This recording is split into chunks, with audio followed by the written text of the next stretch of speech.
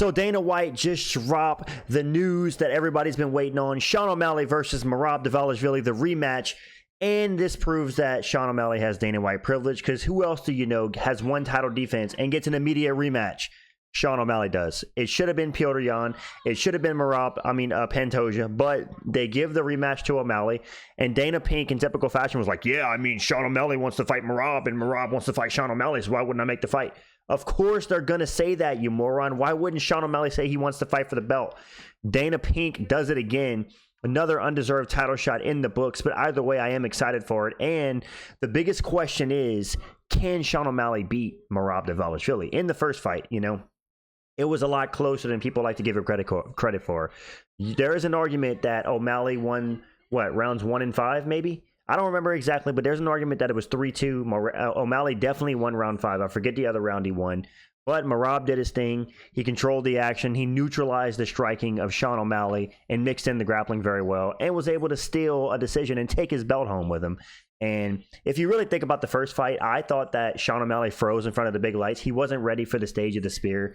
He was in front of the bright lights. The biggest event in UFC history in terms of like animations and stuff. You know, it's the spear, UFC Noche. He's on the biggest stage. He's there to perform, and he shits the bed. And Merab steals his belt, takes his money, takes his girlfriend, takes everything, kisses him on the back, embarrasses him. And now Dana Pink has done it again. He's given Sean O'Malley the rematch. But the real question here lies, can Sean O'Malley take the belt from Merab now? Out of everybody in the division, I do think that O'Malley has the best chance just because of his counter sniping type style. He has the best chance to knock out Merab, because I honestly think the only way to beat Merab is to knock him out or submit him. There's no way you're beating Merab by decision. Like, Umar came the closest out of anybody, and it still wasn't enough. As skilled as Umar is, Merab still took his lunch money and took the fight. So it's like, what can these other fighters do? Like Petr Yan, you can argue that he deserved it more than O'Malley, and he does. He's on a 2-fight win streak. He's actually on a real win streak. Sean O'Malley hasn't fought since he lost the belt, and arguably Pantoja's earned a champ fight because he's cleared out his division. But in my opinion, man, Petr Yan's style is tailor-made to lose to Merab 50-45 or 49-46 every time. Petr Yan is the good old data downloader. You know, he's got to download the data, take his good old time, whereas Sean O'Malley's a guy that can switch on right away and get in the fight. Now, what is my early prediction for this fight? I do think that Merab is going to secure another decision win over O'Malley. I think O'Malley will have a better shot this time, and it's going to be in New Jersey and Newark, so there's not going to be as much pressure as being under like the big bright lights of the spear. I know that's just coping an excuse. O'Malley lost to Merab fair and square. He didn't come in properly prepared, and he got his ass whooped and got kissed on the back and embarrassed. And had Tim Welch saying, "It's okay, Suge. We're going to get out of here and go get some THC gummies, bub. Don't worry, dude. I want 2 more rounds." Like, literally, Tim Welch was consoling Sean O'Malley in the middle of the fight, telling him it was almost over. It was kind of embarrassing. And yeah, we kind of knew this fight was coming next at UFC 316 in New Jersey, June 7th. We knew this fight was next. And the reason we knew it was next is because Dana White said it recently. He was like, yeah, dude, O'Malley wants to fight Merab. Merab wants to fight O'Malley. We do that fight next. So, I mean, from a business standpoint, I get it. You're trying to push O'Malley as a star, even though he's a dud on the mic. He's not charismatic. He's not a big star. The UFC tries to stack his cards. Let me call this out right now. UFC 16 is probably going to be extremely stacked because the UFC always stacks O'Malley cards. Look at Noche. Not the most stacked card in the world, but a good card nonetheless. Look at UFC 299 with O'Malley versus who was Cheeto. Look at the O'Malley versus Aljo card. It's like every time that O'Malley fights, they stack the card because they know that O'Malley doesn't have the pull on his own. But yeah, man, Dana Pink does it again. The bald fuck himself does it again. Sean O'Malley versus Merab Dvalishvili, the most deserved title shot in UFC history. I think Sean O'Malley is going to get his ass whooped once again. And listen, man, if Sean loses to Merab again, it's like, where does he retire? It's like, because Sean O'Malley's a competitive guy. You know, he hates that he ever had a loss, and now he has a legit loss to Merab. What happens when he has 2? This guy couldn't even cope with, or couldn't even live with having 1 loss to Cheeto. That was kind of a fluke, and he literally coped about it for years and years, and he finally got a legit loss to Merab, and still kind of coped about it. What happens if he loses twice to Merab? Sean O'Malley is going to be on the watch, if you know what I'm saying. But yeah, man, I don't know if I'm excited for this fight. I mean, it's always a fun fight whenever O'Malley fights because he's probably the most skilled striker in the division, and he probably is the most dangerous matchup for Merab. Like, Sean O'Malley is the only fighter in the bantamweight division that can like one-shot punch Merab and put him out cold. Umar can't do that. Piotr Jan can't do that. Sandhagen can't do that. These guys just don't have that level of power. O'Malley carries that one-hitter quitter at bantamweight, as shown in his fights against Aljamain Sterling, against the GOAT Eddie Wineland. How can we forget Julian Pava?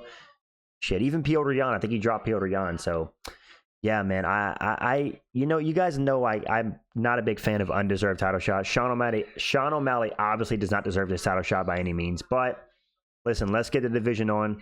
Let's get it out the way. We already know that if it's a close decision this time, the UFC is going to give it to Sean O'Malley, the Golden Goose. And we already know that if Sean O'Malley beats Merab, there's no way in hell that Merab's getting a trilogy.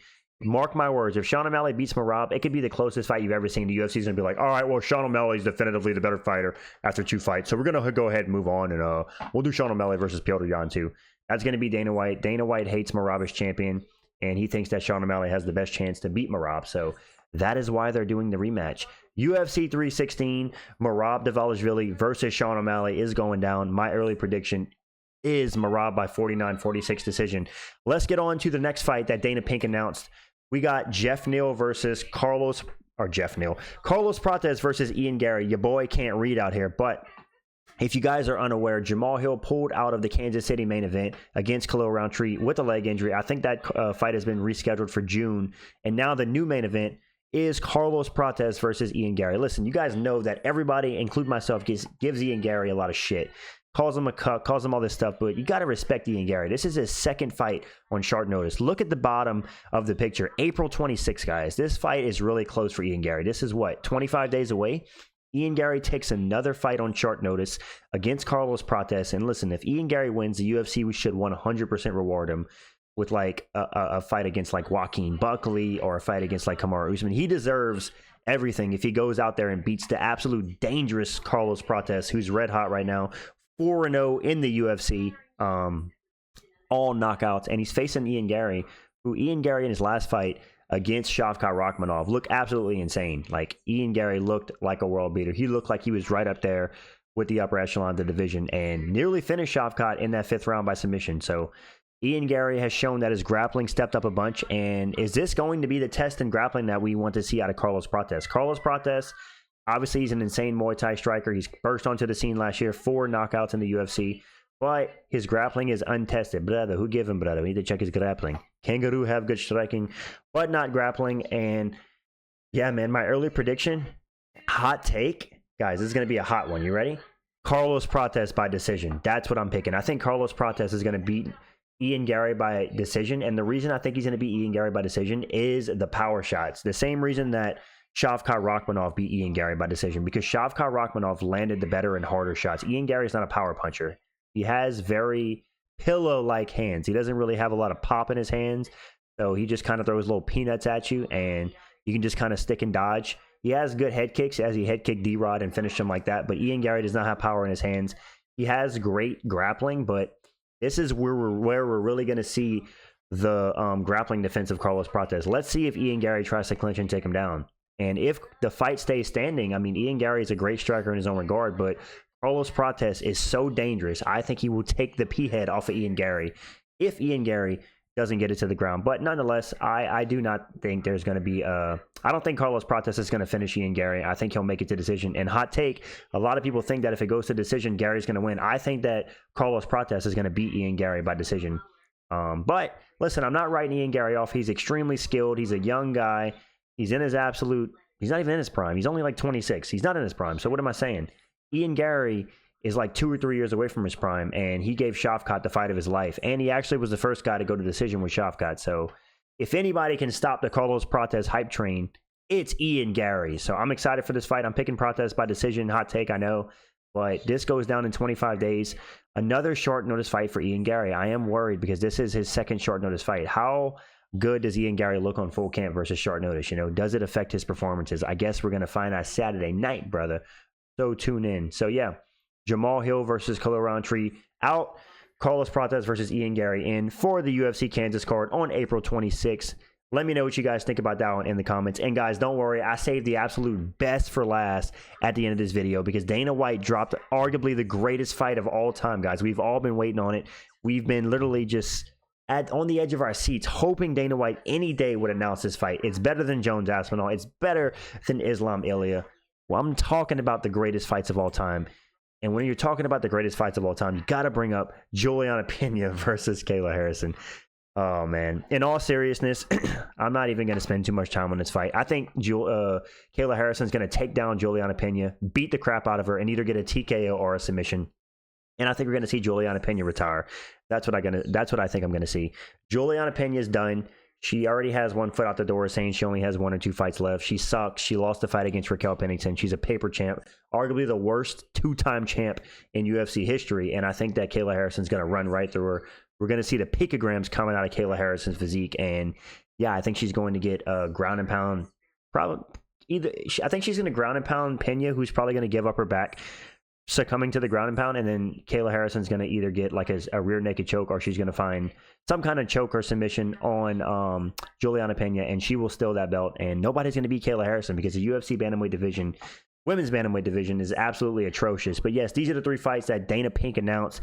He went on his Instagram, his bald ass, and he gave us 3 fights. And I'm not mad at the O'Malley versus Merab fight. I don't love the undeserved title shots, but if we're going to give O'Malley a title shot, let's get the division moving. Respect to Merab for staying active. And yeah, these are the fights, guys. Let me know what you guys think in the comments. Are you pumped? Who else should have got the title shot if it wasn't Jan or Pantoja? Is there another person in bantamweight that could have got the title shot? Who do you think wins these fights out of Merab versus Sean 2 and Prates versus Neil? Let me know in the comments. Thank you guys for watching. I'm out. Peace.